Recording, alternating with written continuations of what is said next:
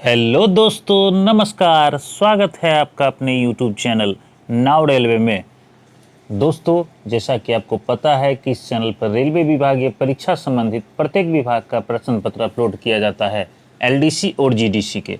अगर आप इस चैनल पर नए हैं तो प्लीज़ इस चैनल को लाइक कीजिए, सब्सक्राइब कीजिए और अपने दोस्तों के बीच शेयर कीजिए। दोस्तों, आज का प्रश्न पत्र बिलासपुर डिवीज़न में हुए स्टाफ एंड वेलफेयर इंस्पेक्टर के लिए DPQ कोटा का जो एग्ज़ाम हुआ था उसका प्रश्न पत्र दोस्तों हम लोग हल करेंगे। यह एग्ज़ाम 31/8/2023 को कंडक्ट करवाया गया था। इसमें टोटल मार्क्स 100 थे। इसमें टोटल प्रश्न 110 थे। 10 प्रश्न आपको ऑप्शनल रहता है, या राजभाषा का आप बनाइए या ट्रेड का। तो दोस्तों आइए देरी नहीं करते हुए शुरू करते हैं आज का पहला प्रश्न। पहला प्रश्न है दोस्तों, IREC और IREM को किसने अधिकृत किया? तो इसका सही जवाब हो जाएगा दोस्तों ऑप्शन नंबर ए, सचिव रेलवे बोर्ड यानी सेक्रेटरी रेलवे बोर्ड। प्रश्न संख्या 2, IREC IREM में दिए गए नियमों की व्याख्या करने का अधिकार कौन है? तो इसका सही जवाब हो जाएगा दोस्तों ऑप्शन नंबर बी, भारत के राष्ट्रपति। प्रश्न संख्या 3, IRSEE का पूर्ण रूप क्या है? तो इसका सही जवाब हो जाएगा दोस्तों ऑप्शन नंबर डी, इलेक्ट्रिकल इंजीनियरों की भारतीय रेलवे सेवा। प्रश्न यानी कि Indian railway service of electrical engineer. प्रश्न संख्या 4, राजपत्रित पद की परिभाषा क्या है? तो इसका सही जवाब हो जाएगा दोस्तों ऑप्शन नंबर सी, नियुक्ति भारत के राजपत्र में अधिसूचना द्वारा की जाती है। प्रश्न संख्या 5, अतिरिक्त पद आमतौर पर किसके द्वारा बनाया जाता है? तो इसका सही जवाब हो जाएगा दोस्तों ऑप्शन नंबर बी, विशिष्ट समय अवधि के लिए यानी कि स्पेसिफिक टाइम पीरियड के लिए। प्रश्न संख्या 6, रेलवे में ग्रेड के लिए नियम बनाने की शक्ति C और GRD स्टाफ के साथ रहता है। तो इसका सही जवाब हो जाएगा दोस्तों option number A, railway board के पास। प्रश्न संख्या 7, प्लेसमेंट समिति का गठन निम्न में के लिए किया जाता है। तो इसका सही जवाब हो जाएगा दोस्तों ऑप्शन नंबर बी, स्थानांतरण और पोस्टिंग के लिए। प्रश्न संख्या 8, ग्रेड को बढ़ावा देने की शक्ति किसके पास है? C स्टाफ से ग्रुप बी अधिकारी पद के लिए। तो इसका सही जवाब हो जाएगा दोस्तों ऑप्शन नंबर सी, GM यानी महाप्रबंधक सर के पास। प्रश्न संख्या 9, LDCE का पूर्ण रूप क्या है यानी फुल फॉर्म पूछ रहा है। तो LDC का फुल फॉर्म हो जाएगा दोस्तों लिमिटेड डिपार्टमेंटल कॉम्पिटिटिव एग्जाम। तो इसका सही जवाब हो जाएगा दोस्तों ऑप्शन नंबर बी, सीमित विभागीय प्रतियोगी परीक्षा। प्रश्न संख्या 10, किन देशों की राष्ट्रीयता रखने वाले लोग भारतीय रेलवे सेवाओं के लिए आवेदन करने के पात्र हैं? तो इसका सही जवाब हो जाएगा दोस्तों option number D, Bharat, Nepal, Bhutan, तिब्बती शरणार्थी और अन्य कुछ देशों के PIO। प्रश्न संख्या 11, निम्नलिखित शब्द का प्रयोग निष्ठा की शपथ में नहीं किया जाता है। तो इसका सही जवाब हो जाएगा दोस्तों ऑप्शन नंबर बी, तत्परता। प्रश्न संख्या 12, अनुच्छेद 311 किससे संबंधित है? तो इसका सही जवाब हो जाएगा दोस्तों ऑप्शन नंबर ए, DAR से। प्रश्न संख्या 13, अप्रेंटिस अधिनियम 1961 द्वारा शासित अप्रेंटिस उसके सेवा अनुबंध में अन्यथा प्रदान किए गए को छोड़कर उसकी सेवा नोटिस पर समाप्त होने के लिए उत्तरदायी होगा। कितने दिनों? तो इसका सही जवाब हो जाएगा दोस्तों ऑप्शन नंबर सी, 1 सप्ताह। प्रश्न संख्या 14, MDDTI का पूर्ण रूप क्या है? तो इसका सही जवाब हो जाएगा दोस्तों option number D, multi disciplinary divisional training institute यानी कि बहु अनुशासनात्मक प्रभागीय प्रशिक्षण संस्थान। प्रश्न संख्या 15, कर्मचारी लाभ निधि से सभी व्यय समिति द्वारा या IREC खंड के नियम के प्रावधानों के तहत विधिवत नियुक्त उप समिति द्वारा अधिकृत किए जाएंगे में।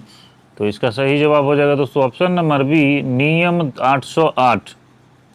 प्रश्न संख्या 16, SBF समिति का एक सदस्य 1 वर्ष तक पद पर रहेगा जब तक कि उसे महाप्रबंधक द्वारा हटाया ना जा या वह इस्तीफा न दे दे, लेकिन वह पुनः नामांकन या पुनः चुनाव के लिए पात्र होगा।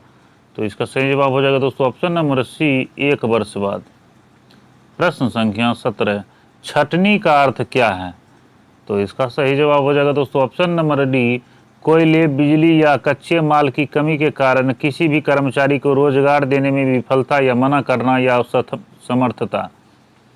प्रश्न संख्या 18, श्रमिकों के उपयोग के लिए अधिभोगी द्वारा कैंटीन उपलब्ध कराने और बनाए रखने की आवश्यकता होती है, जिसमें आमतौर पर 150 से अधिक श्रमिक कार्यरत होते हैं। तो इसका सही जवाब हो जाएगा दोस्तों ऑप्शन नंबर सी, 250 से अधिक। प्रश्न संख्या 19, कर्मचारी सुरक्षा कार्यक्रम का प्राथमिक उद्देश्य कर्मचारियों का संरक्षण करना है। तो इसका सही जवाब हो जाएगा दोस्तों ऑप्शन नंबर डी, उपरोक्त में से सभी, यानी कि मानसिक स्वास्थ्य, शारीरिक स्वास्थ्य और भावनात्मक स्वास्थ्य तीनों। प्रश्न संख्या 20, एक रेलवे कर्मचारी जिसका रोजगार गहन या निरंतर है उसे कम से कम 150 लगातार घंटों का साप्ताहिक आराम दिया जाएगा। तो इसका सही जवाब हो जाएगा दोस्तों ऑप्शन नंबर डी, 30 घंटों का। प्रश्न संख्या 21, प्रत्येक स्टेशन या अन्य प्रतिष्ठान में अंग्रेजी, हिंदी और स्थानीय भाषा में अधिनियम और HW और PR 2005 के अध्याय डैश की एक प्रति एक विशिष्ट स्थान पर प्रदर्शित की गई थी। तो इसका सही जवाब हो जाएगा दोस्तों ऑप्शन नंबर सी, 14, अध्याय 14। प्रश्न संख्या 22, न्यूनतम वेतन अधिनियम कर्मचारियों पर लागू नहीं होता है, किस कर्मचारी पर? तो इसका सही जवाब हो जाएगा दोस्तों ऑप्शन नंबर सी, अस्थायी रास्ते के निर्माण या रखरखाव में कर्मचारी। प्रश्न संख्या 23, रेलवे सेवा आचरण नियम 1966 में निर्धारित किस नियम के तहत एक रेलवे कर्मचारी को राजनीतिक दल का सदस्य बनने से प्रतिबंधित किया गया है? तो इसका सही जवाब हो जाएगा दोस्तों ऑप्शन नंबर डी, नियम 5। प्रश्न संख्या 24, यदि किसी रेलवे कर्मचारी ने EOL का लाभ उठाया है और या अनुपस्थिति की कुछ अवधि को पिछले आधे वर्ष के दौरान डाइज 9 के रूप में माना जाता है, तो क्रेडिट को 1/10 या ऐसे EOL की अवधि या डाइज 9 विषय से कम कर दिया जाएगा, अधिकतम कितने दिनों तक? तो इसका सही जवाब हो जाएगा दोस्तों ऑप्शन नंबर ए, अधिकतम 15 दिनों तक। प्रश्न संख्या 25, प्रथम कैट की स्थापना कब हुई थी? तो इसका सही जवाब हो जाएगा दोस्तों ऑप्शन नंबर ए, 1/11/1985 यानी कि 1 नवंबर 1985 ईस्वी को।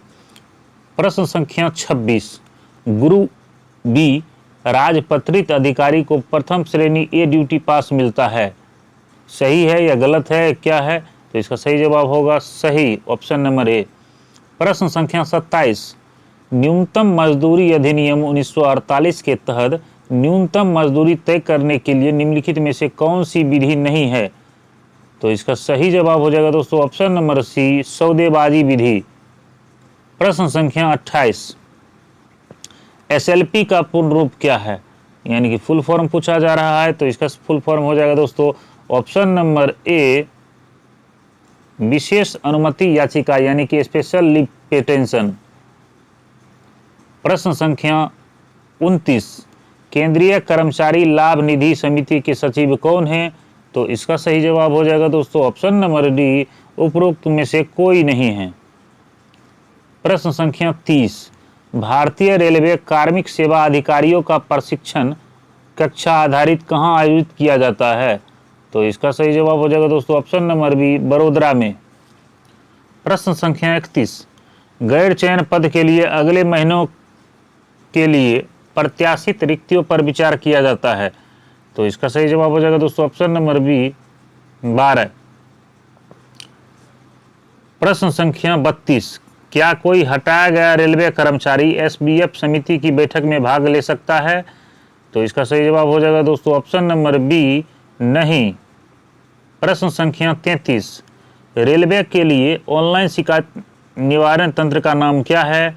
तो इसका सही जवाब हो जाएगा दोस्तों ऑप्शन नंबर ए निवारण। प्रश्न संख्या 34, न्यूनतम मजदूरी अधिनियम 1948 के तहत तय की गई न्यूनतम मजदूरी को कम से कम एक बार संशोधित किया जाना चाहिए। तो इसका सही जवाब हो जाएगा दोस्तों ऑप्शन नंबर सी 5 वर्ष में एक बार। प्रश्न संख्या 35, चयन बोर्ड बनाने के लिए आवश्यक सदस्यों की न्यूनतम संख्या कितनी होती है? तो इसका सही जवाब हो जाएगा दोस्तों ऑप्शन नंबर बी कम से कम 3 होनी चाहिए। प्रश्न संख्या 36, सूचना के प्रकटीकरण से छूट सूचना का अधिकार अधिनियम की किस धारा में उल्लेखित है? तो इसका सही जवाब हो जाएगा दोस्तों ऑप्शन नंबर बी धारा 8।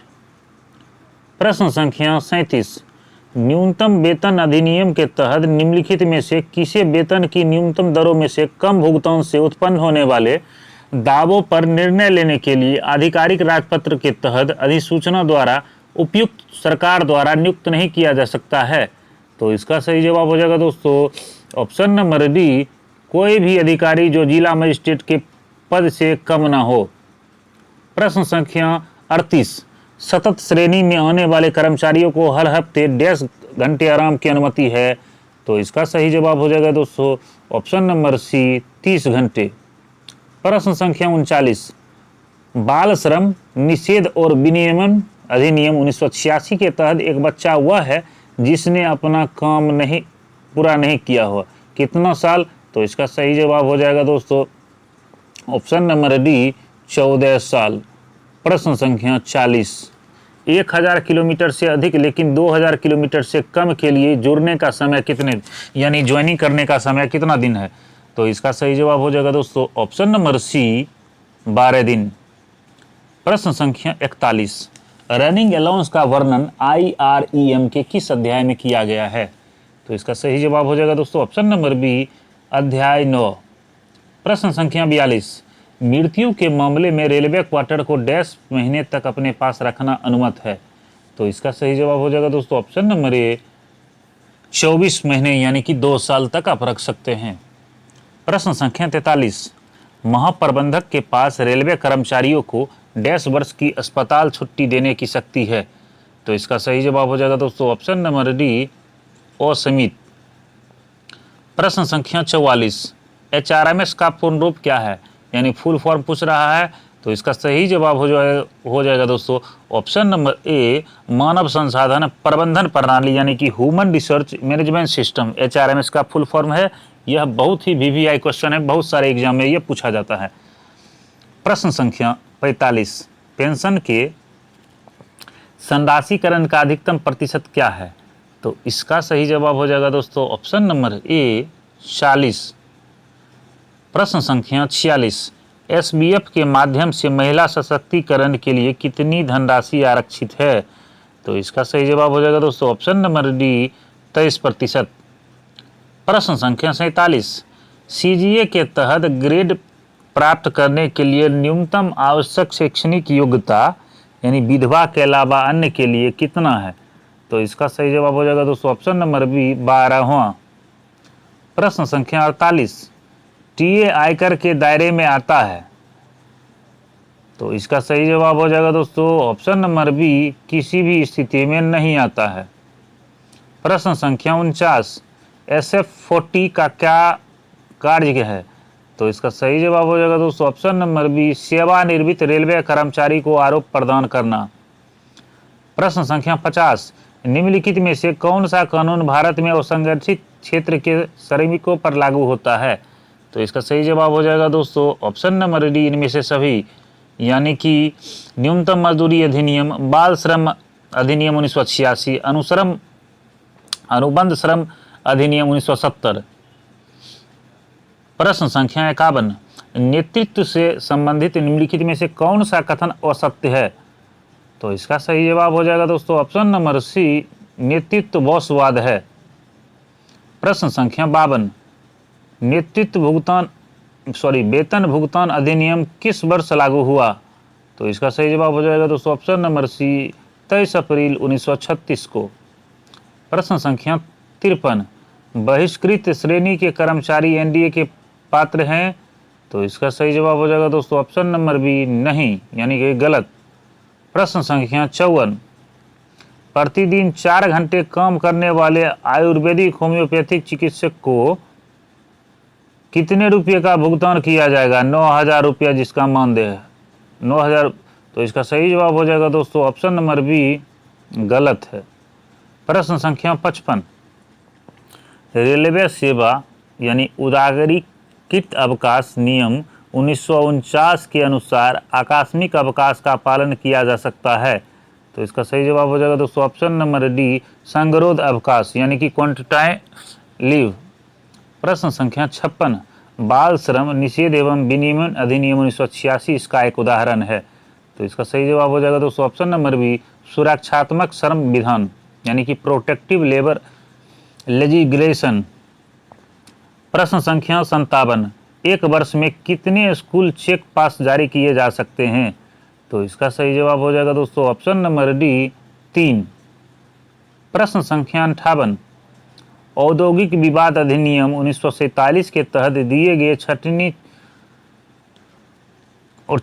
और बंद करने से संबंधित विशेष प्रावधान उन प्रतिष्ठानों पर लागू होते हैं जहां कम से कम क्या होता है? तो इसका सही जवाब हो जाएगा दोस्तों ऑप्शन नंबर ए, 100 कर्मचारी कार्यरत हैं। प्रश्न संख्या 59, जनशक्ति नियोजन सुविधा प्रदान करता है? तो इसका सही जवाब हो जाएगा दोस्तों ऑप्शन नंबर डी, उपरोक्त सभी, यानी कि सही समय पर पदोन्नति, पदों का समर्पण और भर्ती, इनमें से तीनों। प्रश्न संख्या 60, रेल मंत्री कल्याण एवं राहत कोष से वित्तीय सहायता केवल रेल कर्मियों या उनके आश्रितों की बीमारी के लिए दी जाती है? तो इसका सही जवाब हो जाएगा दोस्तों ऑप्शन नंबर बी, गलत है। प्रश्न संख्या 61, सेवानिवृत्ति ग्रेड हॉलिडे होम की सुविधा का लाभ उठाने के लिए रेलवे कर्मचारी से ₹100 का शुल्क लिया जाता है? तो इसका सही जवाब हो जाएगा दोस्तों ऑप्शन नंबर ए, ₹60। प्रश्न संख्या 62, शिक्षा सहायता में रियायत, ट्यूशन फीस की प्रतिपूर्ति और छात्रावास सब्सिडी डैश संख्या बच्चों तक उपलब्ध है? तो इसका सही जवाब हो जाएगा दोस्तों ऑप्शन नंबर बी, 2 बच्चों तक। प्रश्न संख्या 63, पहले आओ आखिरी जाओ और आखिरी आओ पहले जाओ का सिद्धांत क्या है? तो इसका सही जवाब हो जाएगा दोस्तों ऑप्शन नंबर सी, छटनी।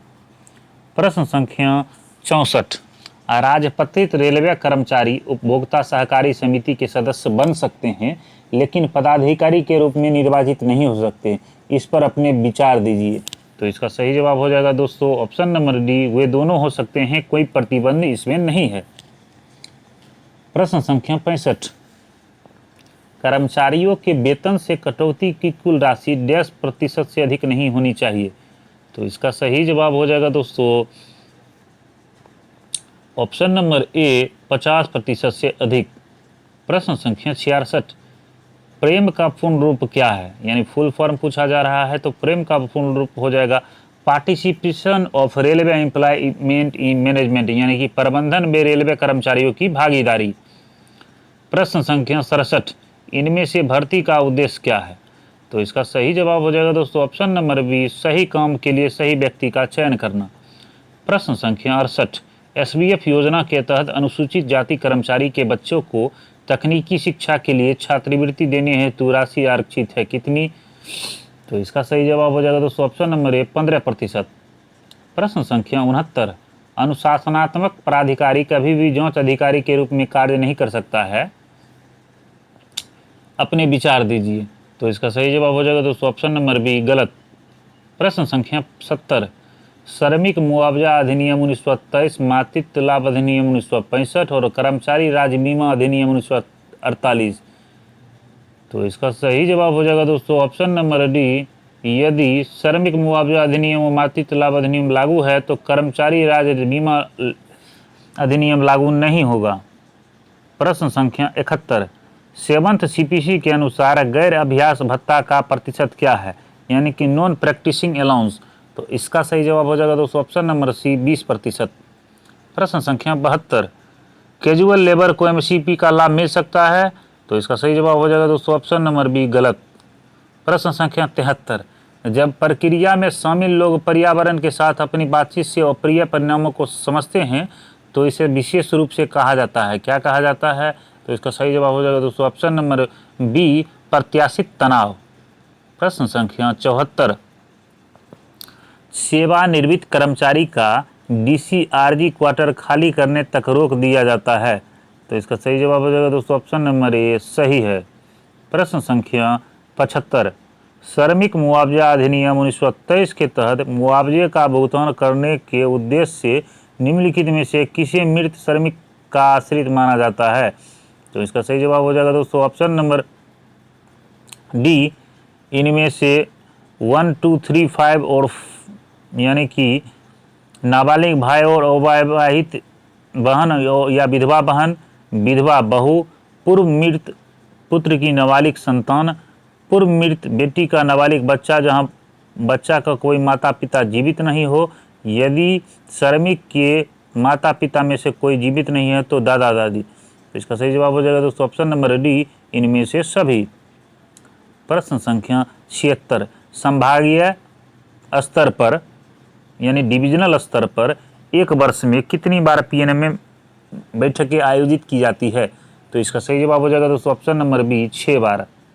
प्रश्न संख्या 77, वेतन वृद्धि देने के उद्देश्य से अध्ययन अवकाश को सेवा के रूप में गिना जाता है? तो इसका सही जवाब होगा दोस्तों हाँ, बिल्कुल गिना जाता है। प्रश्न संख्या 78, सही विकल्प चुने जहां कोई कामगार अनुबंध के उल्लंघन में हड़ताल पर नहीं जाएगा और ऐसे किसी भी कामगार का कोई भी नियोक्ता इस दौरान तालाबंदी की घोषणा नहीं करेगा। तो इसका सही जवाब हो जाएगा दोस्तों ऑप्शन नंबर डी, उपरोक्त में से सभी सही हैं।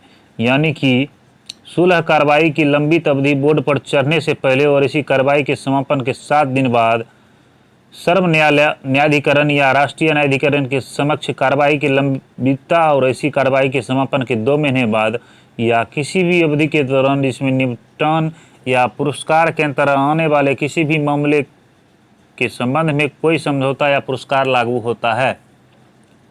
प्रश्न संख्या 79, बाल श्रम निषेध और विनिमय अधिनियम 1986 के तहत एक बच्चा जिसने अपना काम पूरा नहीं किया हो। तो इसका सही जवाब हो जाएगा दोस्तों ऑप्शन नंबर डी 14 वर्ष। प्रश्न संख्या 80, DAR नियमों के तहत जांच अधिकारी की नियुक्ति के लिए कौन सा फॉर्म जारी किया जाता है? तो इसका सही जवाब हो जाएगा दोस्तों ऑप्शन नंबर डी SF7। प्रश्न संख्या 81, क्या कोई श्रमिक मुआवजे का हकदार होगा यदि वह दिन में कम से कम एक बार सामान्य कामकाजी घंटे के दौरान नियत स्तर समय पर सभी प्रतिष्ठानों में काम के लिए उपस्थित नहीं होता? तो इसका सही जवाब हो जाएगा दोस्तों ऑप्शन नंबर बी नहीं। प्रश्न संख्या 82, वेतन भुगतान अधिनियम 1936 के प्रयोजन के लिए प्रति माह वर्तमान वेतन सीमा क्या है? तो इसका सही जवाब हो जाएगा दोस्तों ऑप्शन नंबर सी 18,000 रुपया। प्रश्न संख्या 83, बाल श्रम अधिनियम 1986 की कौन सी धारा बाल शब्द को परिभाषित करती है? तो इसका सही जवाब हो जाएगा दोस्तों ऑप्शन नंबर सी धारा 2 का 2।